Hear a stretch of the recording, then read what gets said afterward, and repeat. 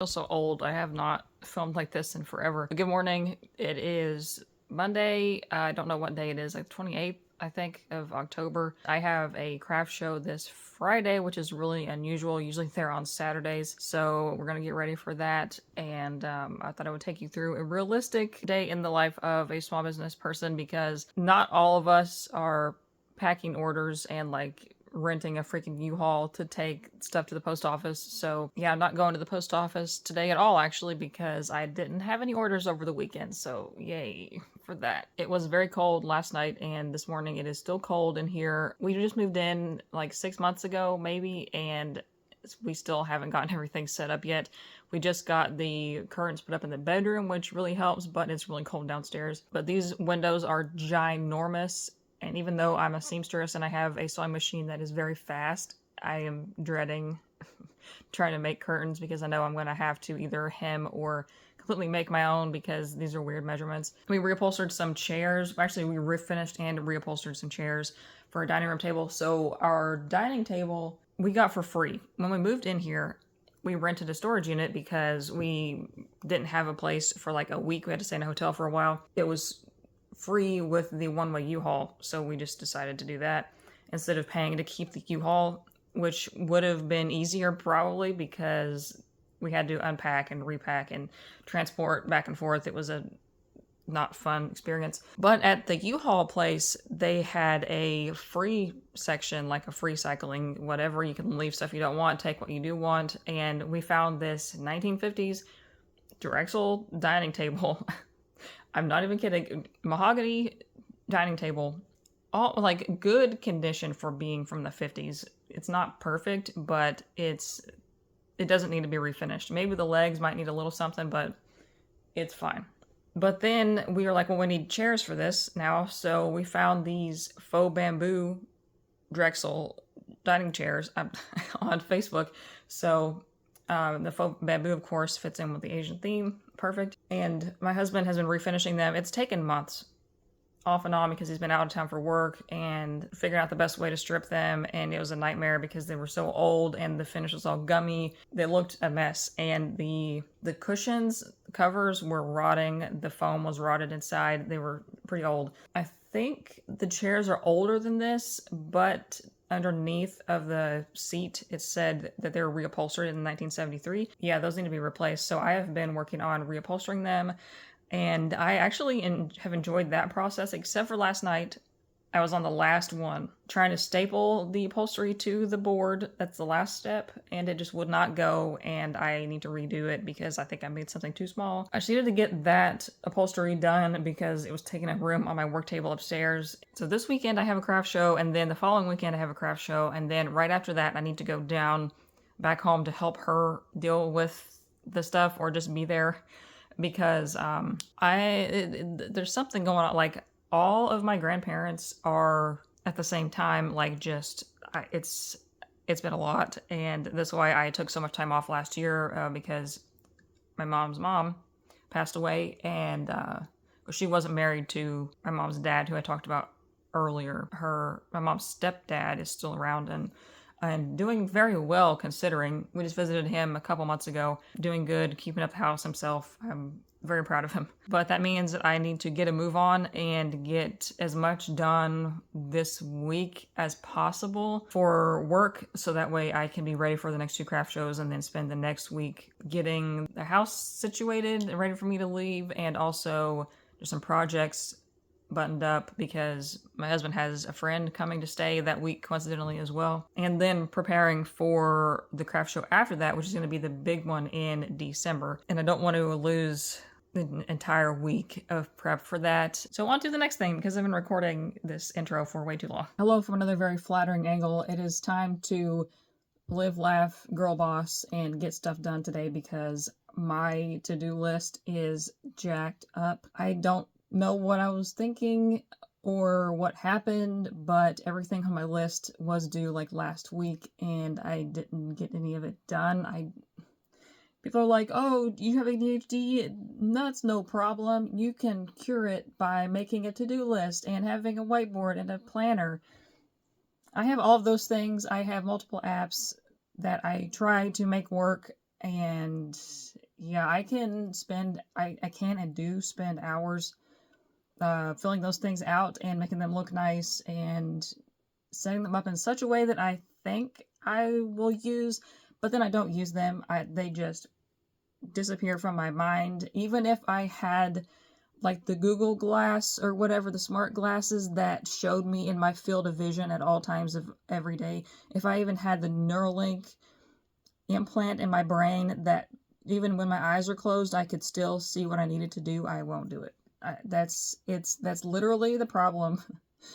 So it's just an uphill battle to get. It's easy for me to get organized, but then to actually stick to it is the problem. Today's Monday. The craft show is Friday evening. I might have to leave here at like noon or 1. So maybe by virtue of doing this vlog, this day in the life, week in the life, whatever it's going to be, and telling you what I'm going to do, and that nagging feeling that I don't want to let people down, even though you don't care if I finish the stuff or not. Like, there's no consequence to me not finishing this stuff, which is also part of the problem. I might get something done. I have 4 days, like 4 work days, I'll say. I just started today, even though it's almost 2 o'clock. It is what it is, because it's that time of the year where it's dark early and I can't sleep until like dawn. So I wonder if I should record my screen and show you what I'm doing. All right, we're recording the screen and you can't see me because it is a pain to edit videos like that, the more you know. So here's what I've got going on. This is an Airtable. So when you set up an Airtable, it's going to look kind of like this. And I use it for a lot of different things for the business, but what I've been using it for recently is a task list. If you haven't heard of Airtable, it's basically an Excel, Google Sheets kind of thing, but it's a bit more user-friendly in my opinion. You don't need to know all these formulas. There's some formula aspect that you can use, but for the most part, it's a little bit user-friendly in my opinion. And you can connect different things and have it calculate from different places without having to know how to do that in Excel. It's basically a database kind of thing, but you can make it do a bunch of different stuff. I have not even scratched the surface of what it can do, but this is what I've used for my inventory for over a year.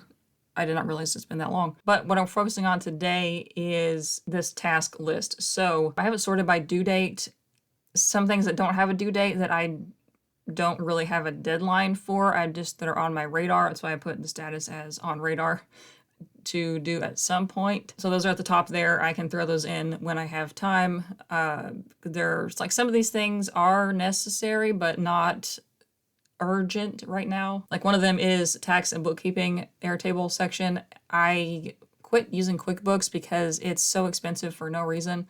And I already pay for Airtable, so I figure why not make something myself. But that's going to take a long time to import all of those transactions for the year, so that's why I've put it off until later. What would be helpful probably is an estimated time to complete, but I'm not good at figuring that out. So if you're a little bit better at that, maybe you could add something like that to your list. Then I have like a brief note here of what I've done, and you can't even see, no you can, I think. All of these things need to be done this week. The non-paper restocks for this. So I just need to make some scrunchies and cotton rounds. I don't know if I can do that tomorrow. Are those things really a necessity though? That's the thing. Probably the tarot cotton rounds because those are my best seller and it's kind of a spooky market. So I'm thinking I might need to do that. I think I only have 2. Let me see how many I have. I have 1 in the market inventory and 3 online. So if I don't have time, I could pull those from online. That's something else I need to do as well. I might pull these crystal print also. The fall aprons, yeah. Ornaments. So I need to make ornaments for the event in December, but there's no freaking way it's getting done this week or even next week, really, if I'm being honest. Pressing signs definitely need to be done like the 30th probably, because I'm Mod Podging them and they need time to dry. The event reminder email, so I send an email to the people that are signed up for my local email list. I'll do that the day before. That is not all inclusive of everything I need to do, but that's better as far as workload for the next few days. It's now 4 o'clock and I have been sitting at my desk for the whole time. I am standing up now so I can stretch. I have not started on anything on my to-do list because I remembered that I had some admin stuff to do that I did not put on my list, but I kept forgetting about it and I was doing it on my phone. I kept getting interrupted. So anyways, I don't think this is going to be a secret, but a local shop that I've worked with, that I've done craft shows with, is opening a space, like a makerspace workshop. They're calling it workshop, and they're opening in January, and they were asking for like people to submit what kind of classes they wanted to see, or if they have something they can teach in a class. My first thought was that I want to offer memory items like as a service that I would do. So I was like, well, I need a place to facilitate this because I don't want to put my address on the internet and, you know, like have people come here and to drop off and pick up. I also don't want to go to other people's houses. That's also a safety issue for me. So I was like, how can I do this? And they were asking for like other ideas, not just classes. So I was like, hey, what if we like, just an idea, what if maybe I buy like a little cabinet with a padlock or a combination lock to put in your workshop,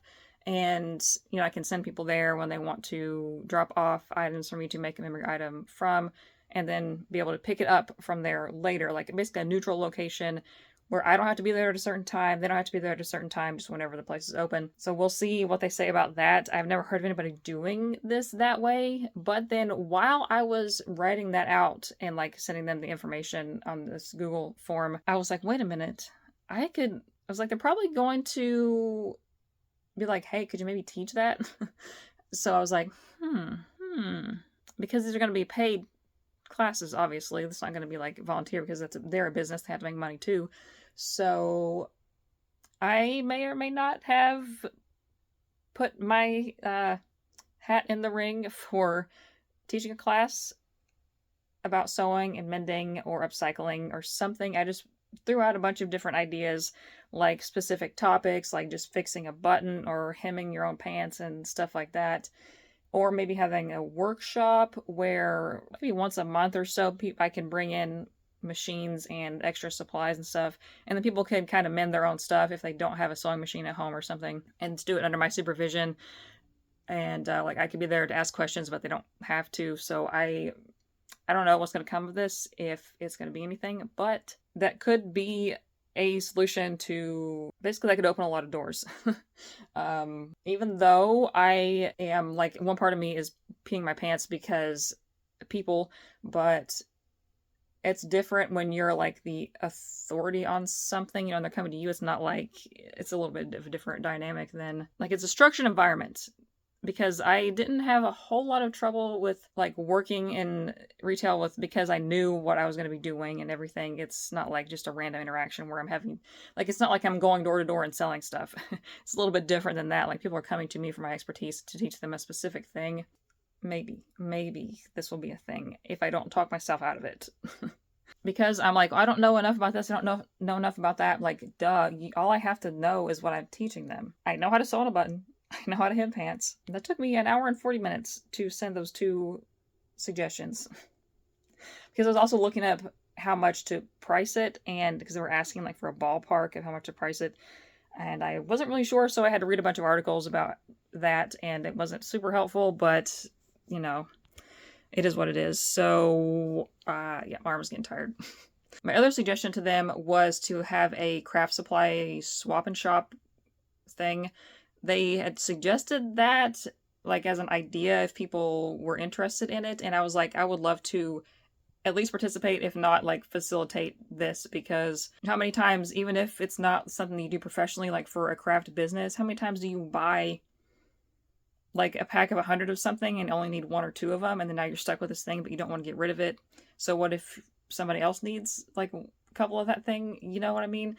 I think this would be great for less waste and making crafts more accessible to people that maybe can't afford the supplies. So, yeah, if the class thing doesn't work out, then definitely I would be interested in that. I'm going to work for a few minutes up here, and then if my husband comes home, great. If not, I'll go down and get lunch and feed Walter. Good boy.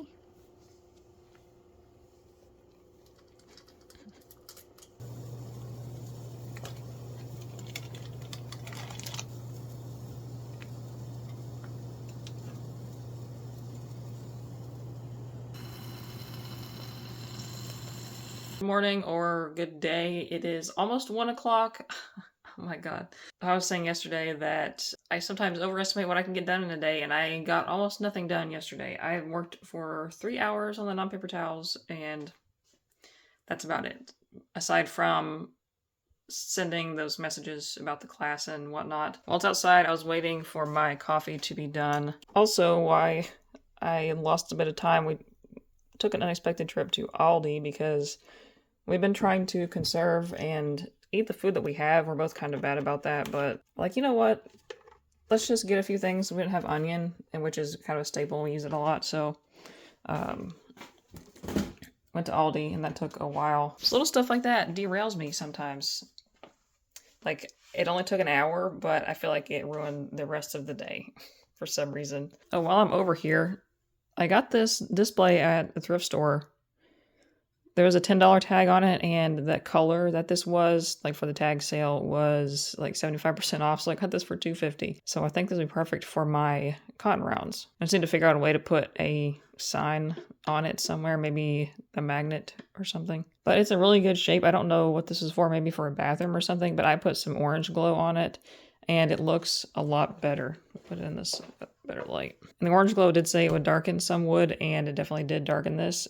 But I think it looks fine, and that's pretty close to the color of my displays. I did not get anything completely done yesterday. All I did was 3 hours working on the non-paper towels and getting those folded and stacked into their packages. I haven't even packaged them yet. So I think what I'm going to do today is try to see what I can get done maybe in half an hour. I was going to give myself an hour, but I think that's too much.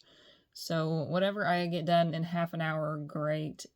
And the rest I can save for the next market. But this is exactly what I was talking about yesterday, of overestimating what I can get done. Then my husband now just messaged me, it popped up on my phone, that we're supposed to get flu shots tomorrow, because I'm certain that where that's at is gonna be like an hour away, so it's gonna take all day. And yeah, that's how I think.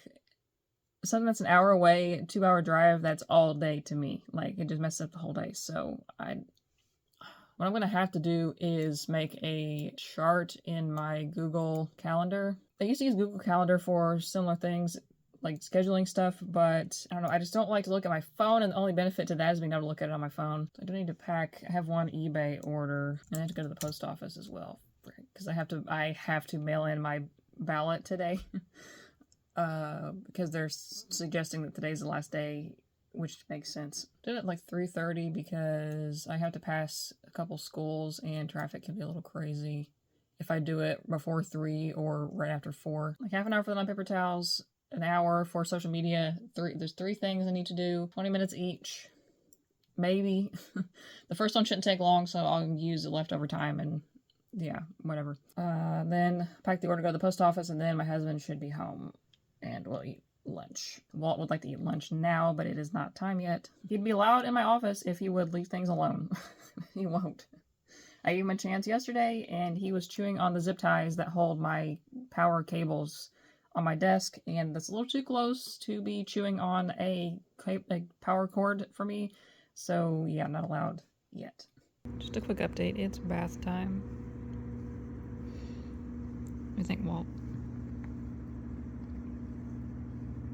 I'm editing this and getting ready to post it about a month and a half after I recorded this, because I've been so busy for reasons that we will find out later in the video. But I believe what happened on this particular day was that I had planned to spend about 30 minutes doing this task of packaging these non-paper towels, and it ended up taking me like 3 or 4 hours to do so.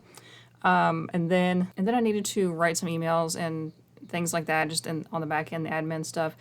And I could not think of what to write in the emails, even though I knew exactly what I was supposed to be saying. So I was like, oh, maybe I'm just hungry, so I'll go downstairs and eat a snack. And I ate my snack and then subsequently fell asleep on the couch, which literally never happens to me. I don't take naps if I've taken my medication.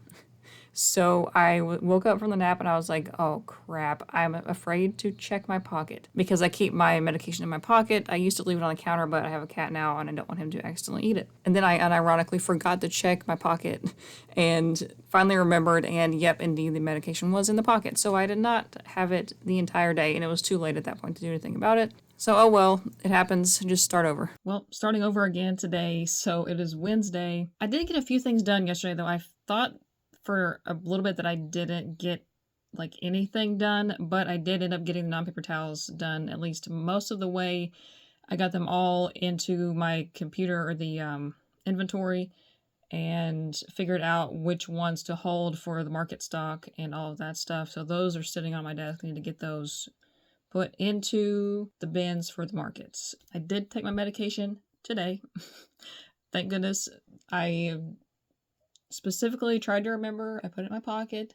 I took it out. I told Walter that I took it, so it's good. It's not there anymore. I didn't leave it this time. And I started my period yesterday too, so that made things even worse because if you have both conditions of having a period and ADHD, then you may or may not have noticed. It took me a while to notice, but it gets a lot worse around that time of the month. And yesterday I had to make an appointment to get my ADHD medication refilled. I was supposed to go out of town that week, but they might not want to refill it until like the Tuesday of that week. I was hoping to leave on the Sunday.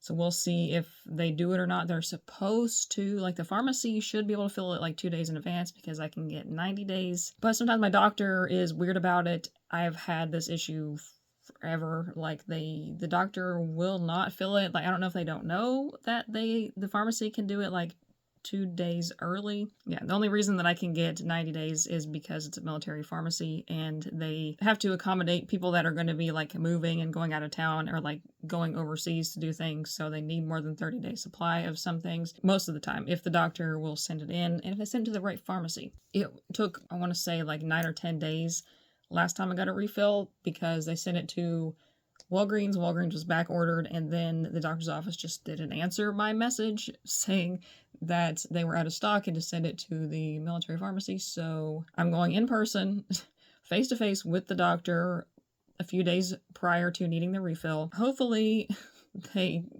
gets done because if not, I am going to flip my lid. It was an absolute nightmare the last time. And then just now I posted on Instagram and Facebook just a carousel of photos for my final markets of the year, like what I'm the schedule for the next 3. I think that's about it. I need to send an email to my local people that there is an event coming up. I think the next most important thing is to finish the Halloween-ish aprons that I'm working on making because they're in progress, taking up space on my table. And this upcoming event is a little bit Halloween spooky themed. Like there's apparently giant carved pumpkins in Annapolis, so that's why they're making this event Halloween themed because it is on the Friday after Halloween. And the only other things I need to do really is like my pricing signs. I could restock some scrunchies and cotton rounds. I will pull what I have and just see like if I have time, which I probably won't really have time. I might make a couple more scrunchies because I think I sold through some of those. Actually, before I get started on the aprons, I need to clean all of this up. These are going into the market stock, so I'm just going to put them to the side. I don't think I need this whole table, do I? And these threads, I need to find what I did with them because when I cut the threads off of my non-paper towels and anything else with this color of thread, the purple, I save the thread. And I've seen people make things with their scrap threads. Usually they're multiple colors, not just all one color. But this thread is very expensive because it's cellulose and it's only one place I can get it. But I've seen them, they'll put it on, like somehow they'll sandwich it in between thin fabric, like see-through tulle or something, or organza, and then they'll sew over it. Or they'll use a wash away kind of thing and then like sew over it so that it kind of quilts it. And you can see the thread through the material. And I thought that would be really cool to do like something with my banner with that. I don't know if I have enough thread for that because I don't want to just cut up, you know, waste it to be wasting it. But like these are just really small pieces that I can't do anything with. I found some, but I definitely have more than this. I don't know where it went because this is just like from one batch. And I have saved all of it since I started using this thread. So there's a lot more somewhere. I also need to figure out something to do with these because I have never thrown away a thread spool like ever since I started my business at least. So I have dozens of these. I also have some different colors and I need to make Christmas ornaments for the Christmas market. So I've tried to find things with this, like the obvious thing would be I have green ones so I can make them into Christmas trees. I could also paint them, or I could send them for recycling. I don't know what kind of plastic this is. It doesn't say. It doesn't have the little stamp on it. Or it does. Oh, it does. It's polypropanol or polypropylene. I think that's the correct name. But I want them to be high quality and also upcycled more than just the plastic part. Like I want to use leftover fabric, but I also don't want to use like hot glue, you know, like I want them to last. So I need to figure out something between now and when I need to start making those, which is probably like next week is when I should start those really, but is that gonna happen? No. I heard buzzing by the window and I thought it was a stink bug, but it is a wasp. A wasper, as we called them growing up. Okay, nearly there, nearly uncovered the stuff. Oh, there's a letter here. How long has this been here? Oops, it's a bill. Thought that was an explanation of a pre-authorization for some dental work, but no, it's a bill for some dental work that actually got done. So I've started on this gray one, black and gray, but I have not started on the other two because they're all different colors of thread. Instead of switching the thread around between every step, I'm just going to do one to completion. I think all I need to do is gather the skirt and then attach the pinafore and the waistband to this and the pocket. Have I had, oh, I've hemmed it. So yeah, there shouldn't be much left on this one. Then I need to do pretty much everything for these, although the pieces are cut. Then I have this shirt that's been hanging here that kind of matches this fabric pretty well, and it's a Halloween theme, but the shirt has bleach spots on it. So I was like, maybe I can just make that look intentional and put more bleach spots all over it. I know people do that kind of thing because it's a little bit too much for me to try to cover up. So I could remove the button placket. Most of it's on there, but then some of it's on this bottom piece and some on the back as well. So what, should I do that before I cut it up or after?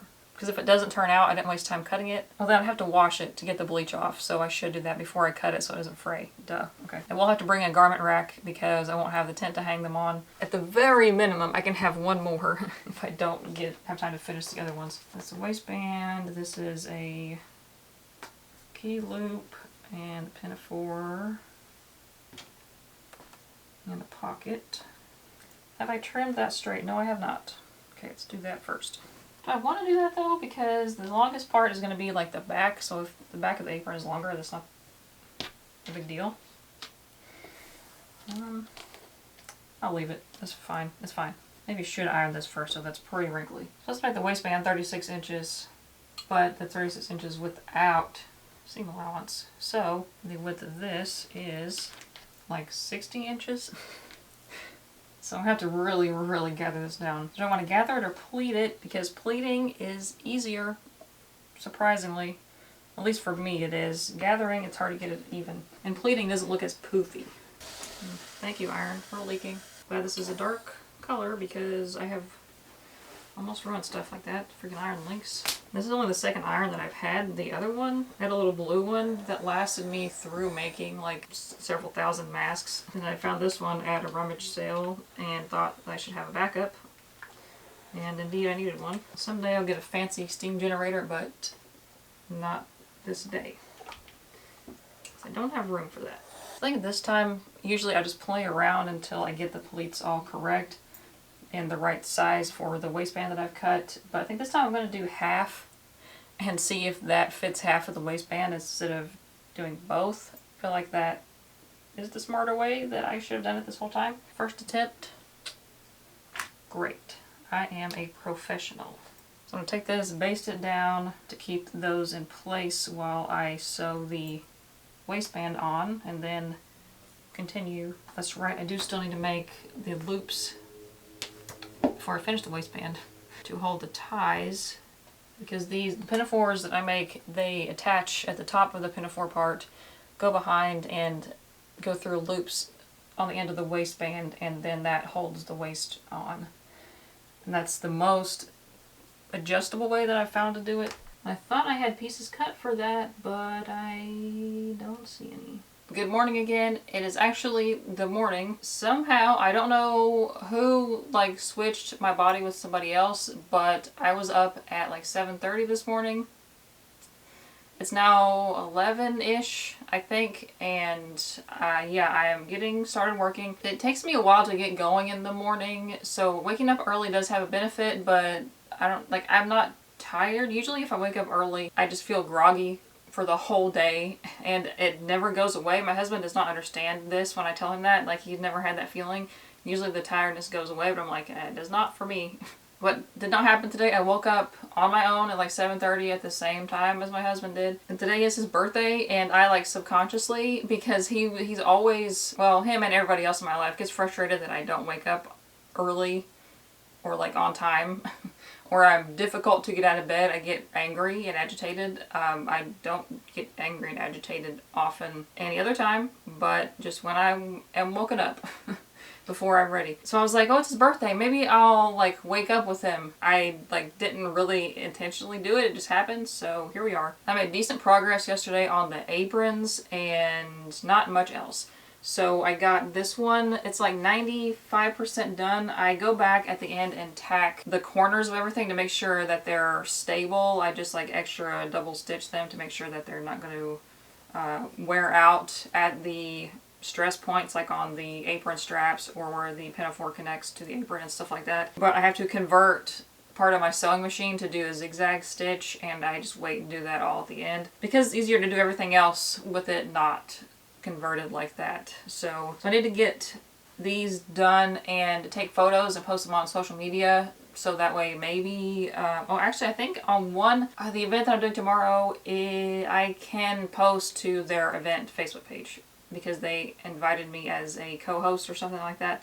So I think I can post it myself if they don't share it. But this one is pretty basic, and this next one I tried something new. It's not done. I have pins holding the pocket still. The pocket looks a little plain to me. I kind of want to do something to it.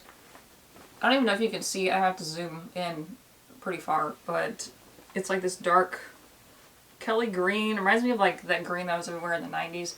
Like a dark Kelly Hunter kind of green with some tan and pink flowers. And then I had this other, this was a shirt, the main body. And then I had this fabric that I found at a thrift store that pretty well coordinates with it, like the colors and everything. So I just added that as a waistband and a ruffle on the bottom. I have never done a ruffle on anything, and I think it came out pretty well. I pleated it because I didn't want to mess with ruffles, and I have a pleater foot for my sewing machine.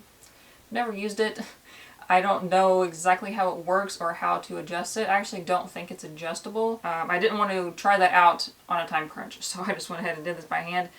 And I did it according to the stripes that are on this, and it fit perfectly the first time. I didn't do math or anything, so like, just, I'm a genius. Oh shoot, I still need to sew down this tag as well. I remember to do that.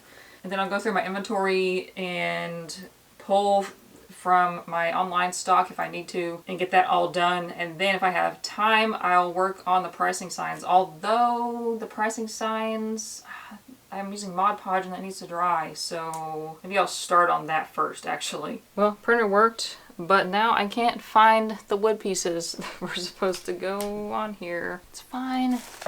It's fine. Oh, duh, they're right here. Okay, got my Mod Podge. This is what most of my signs were on. I think these are like plant markers or something, but I just snapped the stick off the back and used this part. This is the size that I used for my non-paper towels because there's a lot of information I needed to put. And this is, I don't know how big this is. It's like 9 inches by 9 inches. It's a little big for everything else. So I found these. These are coasters, technically, from Michael's, the Make Market pine wood coasters. They're approximately 4 inches. It says 3.9. But all my products have that rounded corner, and I was like, well, I should follow through that branding element to everything else, and these are already like that. I don't have to do it myself. This guy looks a little splintery, but I don't think it's gonna matter. And oof, it's curved also this way, so I'm going to put, I think I'm gonna put the letters on the convex side, so that way wherever I use to stick it will actually be able to touch.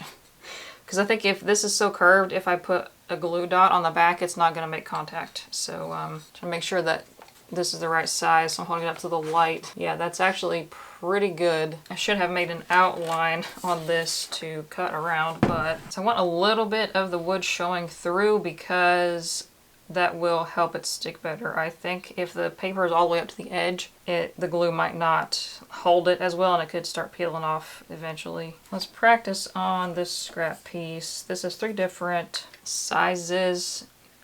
I got this on Amazon. I saw the TikTok small business girlies using these. I was like, bet. So I do 7 millimeters for my tags. Excuse me. Hello. Okay, this does not like printer paper. That is good to know. It does cardstock just fine, but I use regular printer paper because I thought that would be easier for the glue. It doesn't quite match.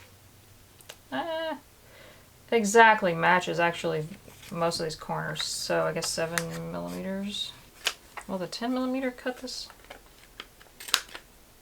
Yeah, so I think maybe I've worn out the 7 millimeter side. Oops. I did it real fast. Good job. Oh, dang it. It's just chewing it. What the heck? I thought I bought 2 packs of those coasters. Maybe I have another one in the closet. So which product should I make? I should make one for cotton rounds, definitely. I'm not sure about my spork and straw pouches because I don't know if I'm keeping those product lines long term. They really don't sell that well. I haven't sold through them in quite a while. But I do want one of these big guys for the aprons, and since I'm gonna have the garment rack, I could hang this on like the end of it. So cotton rounds, aprons, and could I split one of these for like sports? No, that's not gonna be very much room to write. I'll see. I'll play around on Canva and see what I come up with. All right, I think I've got it. Didn't take too long. Hopefully these fit. But that one aside, work on the little ones for now because I sell more of the little stuff than the big stuff. Thought I wouldn't have enough room for the spork and straw pouch signs, but it's actually smaller than the rest of them. I guess I need to get me some aluminum foil to fix this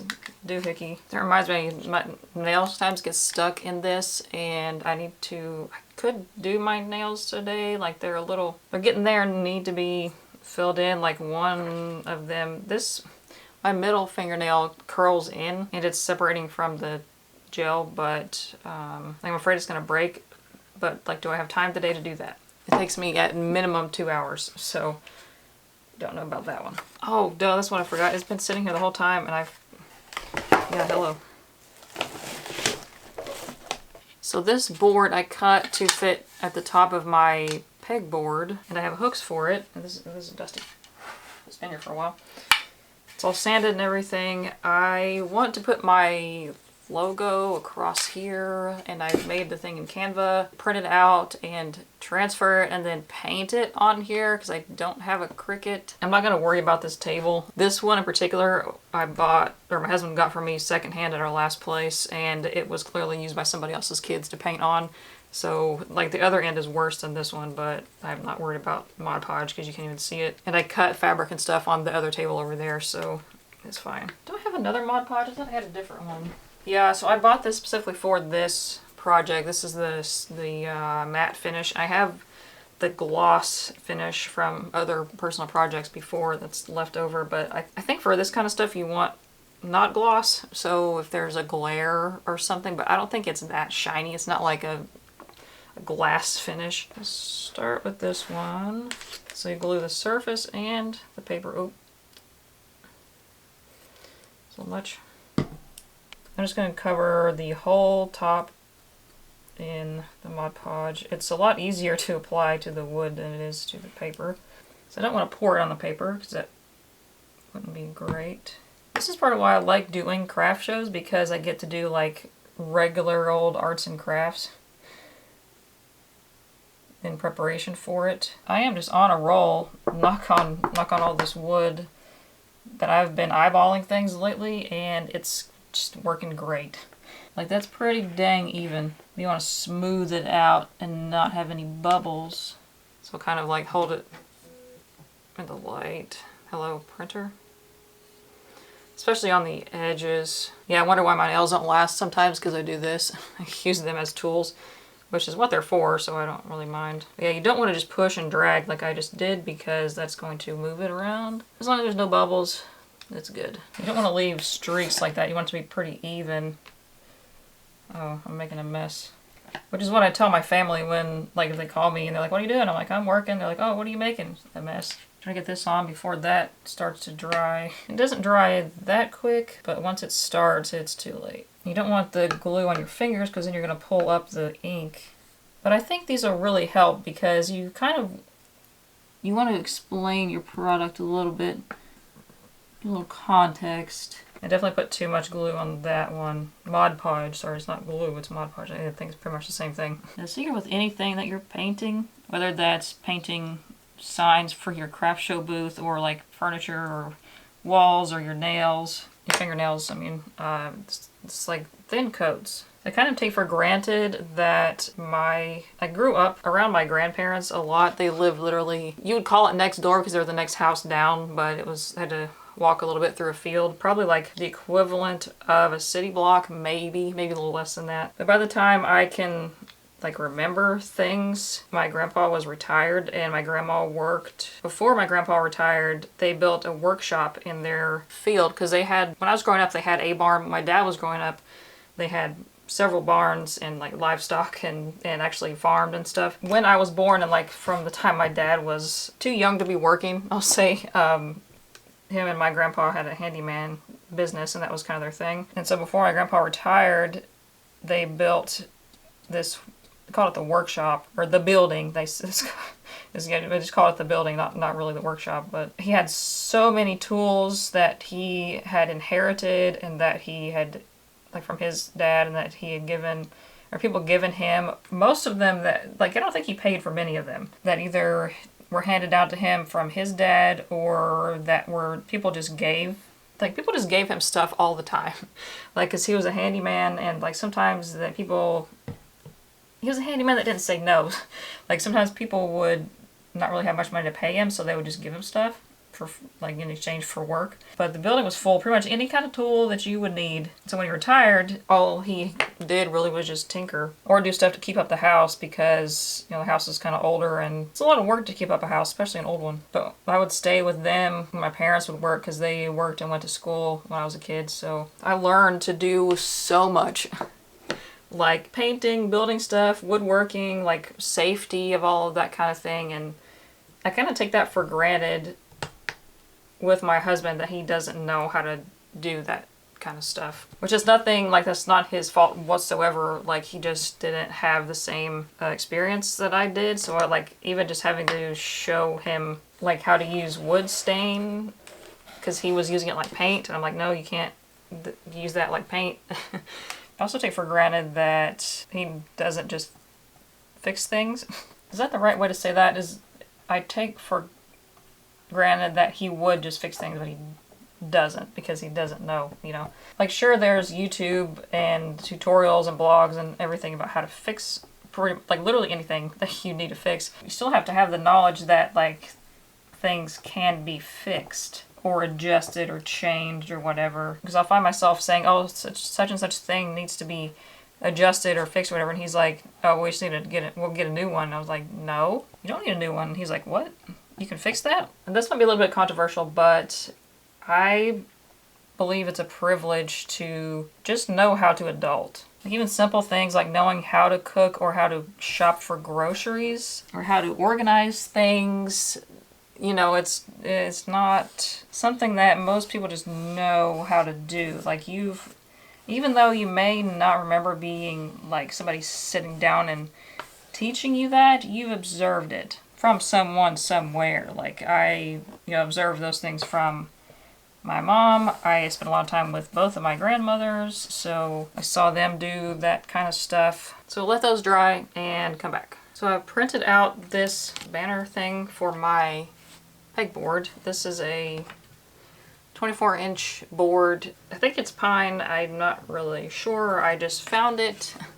It was left over from something. I think my mom might have left it for something. I don't think I bought it. I don't know. I previously cut it to size and sanded it and everything. So I am printed out this banner that I made of my logo. And now I'm going to put carbon paper behind it and trace it and then paint it. We'll see if this was a dumb idea or not. I never remember which side of the carbon paper goes down. Probably the side with the carbon on it. That would make sense. I wonder if I can get this whole thing with one piece of this. So I already had this laying around from embroidery. Actually, no, I bought this to put my logo on the bottom of my non-paper towel holders because I bought a wood burner and I had this grand idea that I was going to wood burn my logo on the bottom of the wood and paper towel holders that I sell, and yeah, that was a dumb idea. Especially never having done wood burning before. Because my mom was here last year, or not here, but whatever. My mom was helping me last year, and she's done wood burning before. Even she was like, this is not a good idea. It's going to take too long, and it's really hard to burn that kind of wood. And it was just too small to trace, because it had to be so small to even fit on the little thing. I've marked the center of both pieces. The thing is, I cut this one crooked, so I'm going to have to compensate for that. It's going to look like it's crooked, but it's probably not. But I am going to position it not in the center, so that way it doesn't get covered up by the product, because I'm going to have product like right underneath of it. So I'll put it a little bit higher than center. No, it stuck to me, no. I think it's fine though, I think it didn't move. Ugh. I also really hope I'm not putting marks in this with my nails. I don't think so. What did I use before to trace? I had something that was perfect and I can't remember what it was. It might have just been a pencil, I think. Oh yeah, that's working pretty good actually. I don't know about the needle. I have metallic paint. I wonder if I could make that like the metallic color. Almost done. Gosh, this is harder than I thought. Less complicated, but my hand is not happy about this. I'm a little sloppy now because I can't do it straight. Hopefully I didn't miss any spots, so let's take it off and see.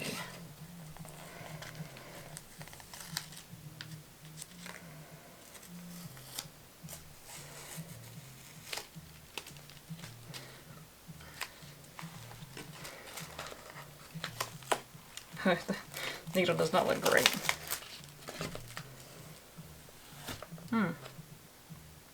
Yeah, it looks like somebody drew it. Yeah, and could I have used a ruler to do the straight lines? Sure. Like, this doesn't look so bad. I think once I paint it, it might look a little bit better. If that doesn't get done, I'm fine. I'm going to just put another coat of the Mod Podge on here. And then, what time is it? 2:20. I kept thinking that it was 2 o'clock earlier, but it's only just now, like, into the 2 o'clock. The wasp has escaped. No. Pardon me, sir or ma'am. I have not bothered you. I would appreciate the same courtesy. You're actually in my house, so I should sting you. So why I decided to do these pricing signs like this, I noticed that people would stop and read the little bio thing I have at the, like, quote-unquote entrance of my booth. So I was like, if they're gonna read that, I wonder if they would read like other stuff too. Because a lot of the time I'll notice that people, if they stop to read, they'll also take a business card because I have business cards right under it. And I feel like if they weren't interested, they wouldn't take one, you know, so maybe. Because I don't really see this a lot. Like, you go to the craft show and I don't recall seeing other people have more than just, like, at minimum, the dollar amount that the item is. Not even an explanation of what it is. Because some of my products could be seen as pricey, like especially the foldable tote bags, but that's the time that it takes me to make them, so I can't do much about it. The material cost for those is very, very low, but the time is high. So by demonstrating or telling that they are made from scrap material and no synthetics and all that kind of stuff would show that they're worth the price, because I think that, you know, under normal circumstances they wouldn't be worth that much, or at least perceived, because all value is perceived. Not to get philosophical, but because online people can read your product descriptions and stuff if they want to, so why should it be different in a craft fair, you know?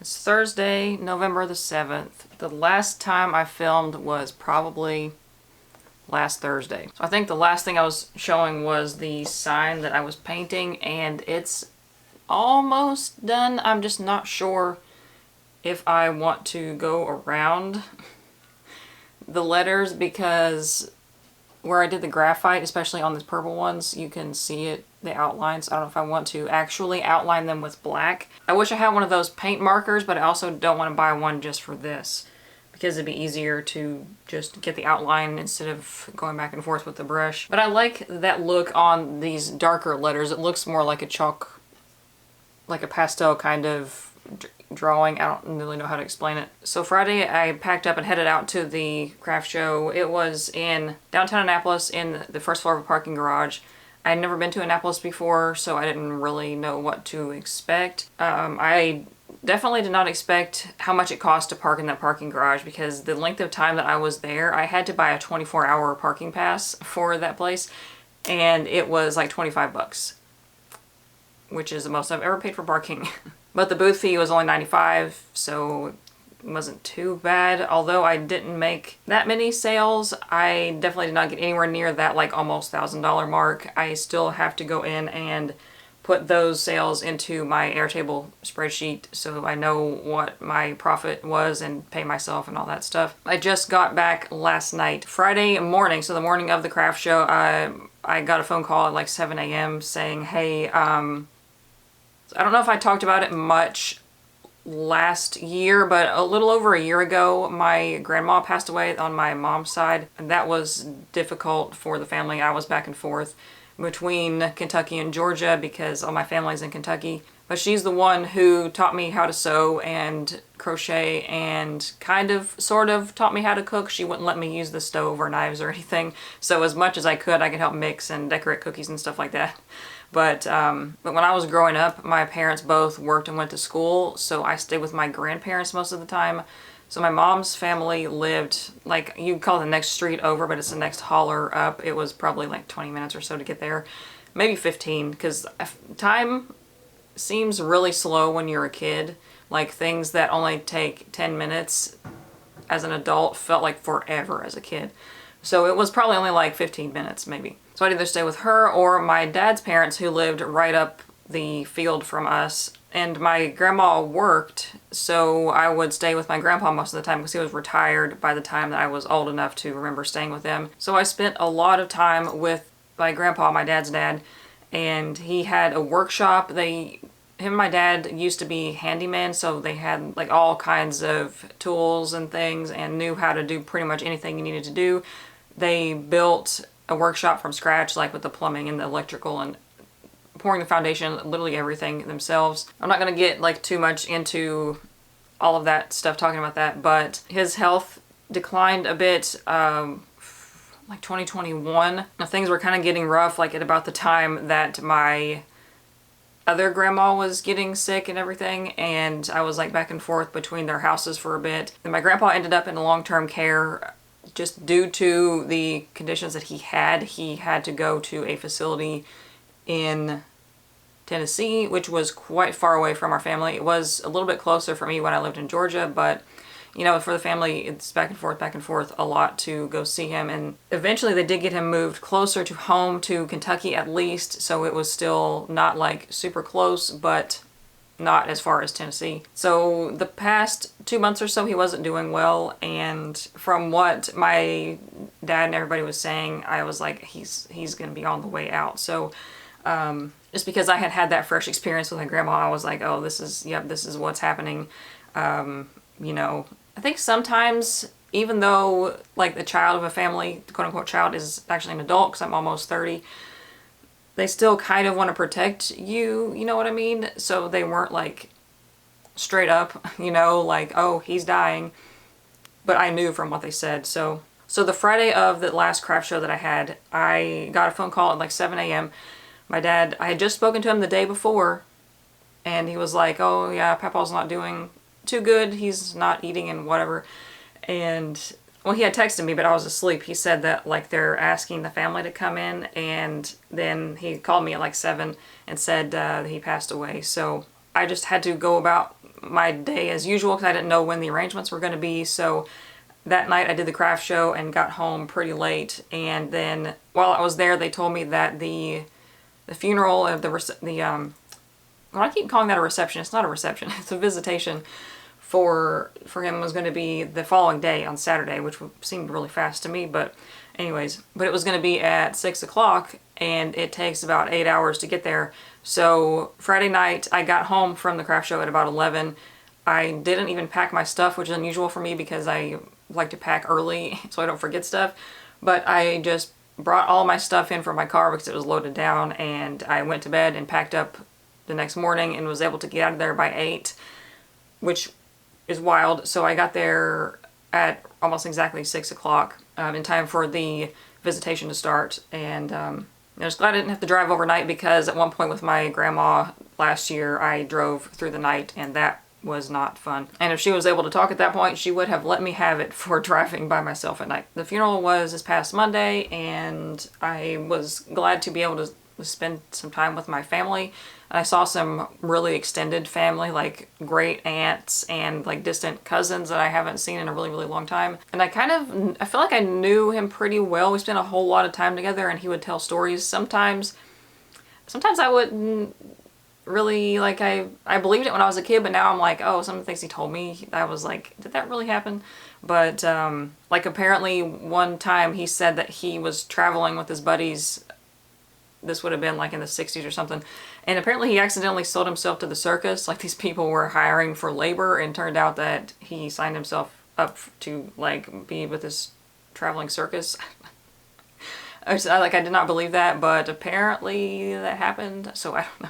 But what I thought was really interesting that I thought I'd mention here as one of the stories was that he would have schemes and like try to find ways to make money when he was in between jobs, and like probably in the 70s, 80s. But at one point he had all this woodworking equipment because somebody gave it to him. But he had all this woodworking equipment, and he had kind of like traded for things. My grandma said he would like to trade for stuff a lot. He started making cutting boards, and I think she said most of what he did was cutting boards, but stuff like that he would make and sell at the flea market, which I thought was really interesting. Like the apple doesn't fall far from the tree. And at one point he would even put people's initials on them and had all different shapes and stuff. So she said that he didn't sell very many at that time, but now people, like, there's a lot of people that sell cutting boards and do pretty well at it. He was ahead of his time. So I have 2 days until my next craft show, today and tomorrow, and then it's on Saturday. Thankfully, when I packed up from the last one, because I knew that I was not going to have time between, you know, in between the next one to repack or reorganize my stuff, because sometimes if I end up just throwing it, I'm like, oh, I'll just deal with it later. This time I am pretty good to just pack up my car and that's it. I don't have to really reorganize anything. There is one thing I need to restock. I'll check the counts just to make sure there's nothing else, but I keep selling a lot of this like sage green scrunchie, so I need to make some more of those if I have. I think I see the fabric over there, maybe. Then I want to finish this sign and figure out what in the world I'm doing with this so I can seal it and get it ready to go. I was originally going to go out of town this coming week, like this Monday, but I have to wait for my medication to be refilled because I don't know how early they will refill it. Sometimes they will do a couple days early, but then sometimes they make me refill it the day that I'm out. So like I'll take the last dose and then I can't get it till the next day, which makes no sense to me. Especially with the medication that I take, it's a little risky for me to drive without it.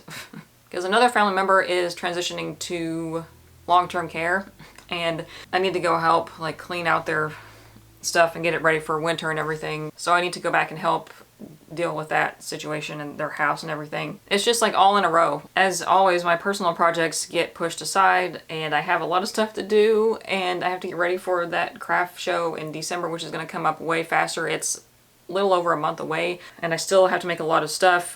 So I got some tea at the fair this past weekend because it is put on by the same people. I am so glad. I love it when event organizers do this. They come around and talk to people because sometimes I don't know what the heck's going on. So the lady that's putting that on came up to me and was like, oh, we used to have somebody that did non-paper towels, but she moved away. I was like, oh yeah, I saw that. And I almost didn't apply. And she was like, yeah, she moved away. And she said that she had a hard time last year at the big holiday one keeping enough stock for the whole weekend. So I was like, well, I'm glad you told me that because I know now that I need to stock up, which I have cut and sewn almost all of my product or all of my materials and I don't have a whole lot of money to buy more. So hopefully I can do that with the sales from this past show and the next one. Wow, this is why I don't film at night. So it is Monday, November the 11th. All day I've thought that it is Memorial Day and the 12th, but that is not right. It is Veterans Day, it is the 11th. So going back to Friday, I did my last little bit of prep for the craft show and I finished sealing my little wooden sign that I made for my pegboard. It came out pretty good. If you're not looking super close at it, it looks fine. But that is the only change that I made to my booth. This time I pretty much did everything the same as last time. But the craft show that I did this past Saturday, I did the exact same one in the same location this past July and I didn't do like super duper well. It was only the second one that I've done since I've been here. It was a lot better than the first one I did when we moved here, which was nice. I just wasn't sure what to expect this time because of like, would people not be coming down and buying stuff because of the election and all of that? Or would they maybe be buying more stuff because it's closer to the holidays? And also the weather, it was really cold, at least for me, under the tent. And you can tell who was local and who wasn't, me, because other people had like shorts and t-shirts on in like 50-degree weather and I was standing there with like long jeans and I had a long sleeve shirt, a hoodie, and a medium weight North Face jacket and a beanie, and I was pretty cold. Mostly my hands. I hate wearing gloves and I have to use my phone all day, so none of those gloves work how your finger works, you know. But then my hands were so cold that it sometimes wouldn't activate the touchscreen. So I had previously never broken $1,000 at a market before, at least for one day, and my highest at that point was like 930-ish at the Richmond Veg Fest. Yeah, at this one I hit that mark at like 2 p.m. and it was over at 4. And the last hour, there was absolutely no one. Like, I guess people kind of knew it was wrapping up soon and people were there, but they were just walking by. They weren't really shopping anymore. Yeah, I went an entire hour with no sales. And then, like, I usually try to pack up kind of slowly at first in case people are still lingering around. And at like 15 after, I was just like pulling some signs down and stuff, and then somebody came and bought something. But all in all, total revenue was over $1,200. So I am super excited about that. I was really nervous that I would flop or something, or like I wouldn't even make my booth feedback just because of it being cold or something. But apparently I've heard recently that people tend to do better in the cold because maybe the customers think like, oh, if I'm out here in the cold, I might as well buy something. I don't know. And I did have, I think, 3 repeat customers, at least that I noticed or that I recognized or said something to me. And one of them ended up with almost $100 order because I guess they bought gifts the first time and they really went over well, so they're buying more stuff for the holidays. And I had 2 people request things that I have been working on for a while. So like right at the opening of the market, somebody asked me if I had reusable snack bags. I am trying to work on those. I'm not going to get to them before the holiday market probably. And then somebody else asked for reusable menstrual pads, which I have been working on for a while. I just can't nail down the sizing, and I need to revisit the materials. It's a long story. So I did sort of like a rough math of what I thought I should bring and like my estimate of what my sales were going to be like. And I don't know what the other non-paper towel makers sales were like previously. I also like, I think something's wrong with my brain. Like, I don't know, I am like doing this all day and like almost falling over, and then I will confidently say the incorrect word when I'm trying to say something. It's been happening solid for about a week, just completely wrong thing, and I'm not even aware of it until somebody's like, don't you mean this? I'm like, oh, did I say that wrong? So I need to redo this because the last market is probably a better indicator of what I could expect at the holiday market. So what I did was I figured out exactly the number of items that sold, and then broke that down by the number of each category that sold, and then broke that down into percentages of the number of items and also percentages of the revenue. So like, for example, I sold 150 items for the previous 4 markets whenever I started doing this. So of 150 items, I sold 67 packs of non-paper towels, and per item sold, that's 45%, but the percentage of the revenue was 63%. So I make most of my money from non-paper towels. Although it looks like I sell a lot of scrunchies, that doesn't count for as much of my revenue, obviously, because they're cheaper. Then I expanded that even more to like taking a percentage of $1,000, for example. So I would call a really good day of a market at least $1,000 revenue. Depending on how much I pay for the space though, because the holiday market is a bit more expensive than most of the other ones I've done. So then I multiplied that by 4 to make my booth fuller, because I don't want to just stock what I think I'm going to sell, because then it's going to be empty by the end. And then I multiply that by, I sort of estimated my total revenue or my expected revenue for the holiday market. It would be nice if I made like 500 on Thursday, 1,000 on Friday, 2,000 on Saturday, and then 1,000 on Sunday, because I've heard that like Thursday and Friday of those kind of markets don't do as well as like Saturday, because most people are going to be there on Saturday.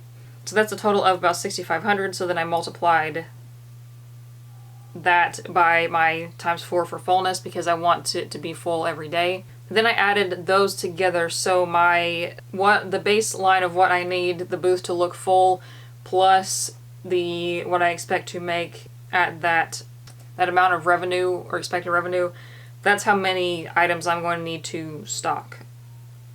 But it seems like not a lot now that I am thinking about it. So I'm going to have to redo this with those updated numbers, so I think that's a close representation of what I can expect. But I went against my instinct to never stock Christmas or holiday themed non-paper towels, although I do stock Halloween ones.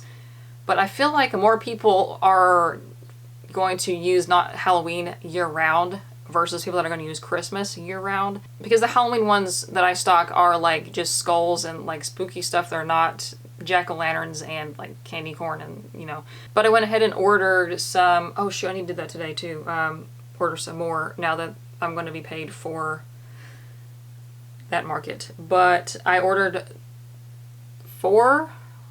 either 4 or 6 Halloween, yeah, so like I said, I'm saying things wrong. 4 or 6 holiday prints, just a little bit of each to see how they do, or how the material is, because sometimes I'll order a new print and the material is off, like they printed it differently somehow and I don't like how it ends up, or they didn't quite accurately represent the scale of the print online, which happens a lot. So if something has pictures on it like this big and the non-paper towel is only this big, then it's going to be cut off and not look right. So, but as of now, I don't have even half of what I need for non-paper towels, even if I closed down my online shops and stocked.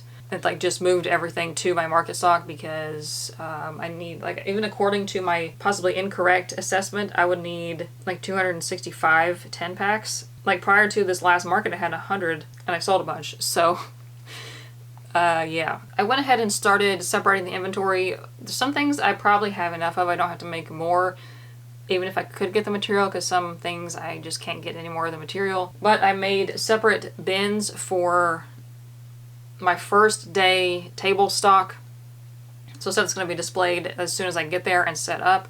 And then I'll have another bin of overstock to keep under the table for that day, so I can hold that over till the next day if I don't sell it. And then I made another bin to restock either the second or third day, because although I would like to sell everything ASAP, that would be really cool, I don't want to end up with nothing like the last few days. That doesn't look super professional. So like if I sell out for the day, I can say come back tomorrow and I'll have more, instead of, oh, I'm sold out, sorry. Like, I don't know, that's better for me, I think, than the alternative.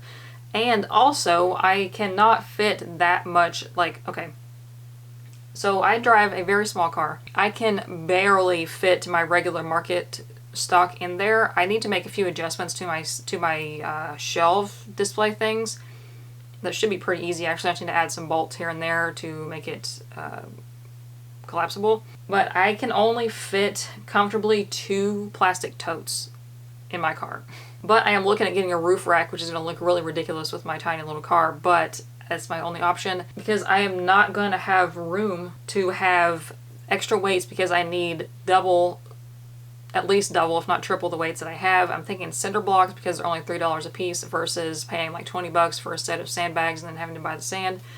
And cinder blocks weigh 38 pounds, so I would just need like 4 of those. Plus my weights, I'd be more than enough. I also need a propane heater and I'm gonna try to find, like, thrift a fireplace gate, like those things that keep babies from going in there, you know, just to put around that in case it gets bumped. I am required to tie it down to like the table leg or something, but just in case, I don't want something to blow away and like get into it, you know. I would just rather be safe than sorry. And I also need lights, which shouldn't take up much room, but that's an essential because it's going to be at night most of the time, because it ends at 9 o'clock on 3 of the days. And once I get the stuff there, I can take things like back and forth at night when you go home for the day.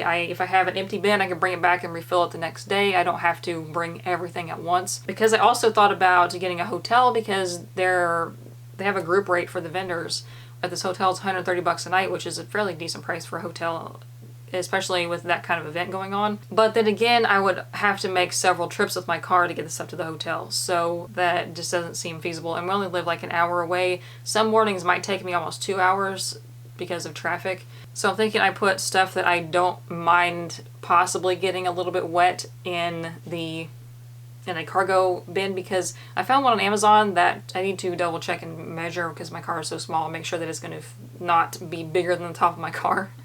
But it's like 70 bucks, and apparently it holds like 4 medium-sized suitcases and a bunch of other stuff, so I think that'll be plenty, I hope. Just a little bit of extra room for stuff that's, like, I wouldn't put product up there, but some of my smaller display pieces and maybe my tools and stuff up there. Just, like, it would suck if any of it got messed up, or like somehow the thing blew off the roof or whatever if I didn't secure it right, which I would hope it wouldn't. Or if it got wet, it wouldn't really destroy everything. Which, I mean, my product wouldn't get destroyed if it got wet, because that's literally what it's made to do. It's made to clean things and get wet, but the tags and everything would be messed up. So anyways, but I'm getting ready to go out of town. I don't think I'll be able to upload this before I leave, but maybe I will. And I'm trying to get some stuff put together that I can do without my sewing machine, so I can have something to work on while I'm there, because I don't know how long I'm going to be there. I'll check back in once I get started on prep for the holiday market when I get back from being out of town. I probably shouldn't stay too long, because I only have a month before that and I have a lot of stuff to make. Maybe I'll print out a bunch of tags for my products and then bring my paper cutter and cut those, because that takes a long time. And I can do that without my sewing machine. So, but that's it for me today. Hopefully your markets or Etsy shop or whatever you have going on is going well, or at least a little better than it was. It was really scary there for a little bit, for everyone probably. Curious to see what happens with other aspects of it, with the economy and whatnot. But the price of my materials, knock on wood, has not gone up really since like 2020. So that may not be the case for everyone, but yeah, we'll see how it goes. So I'll see you in the next one. Goodbye.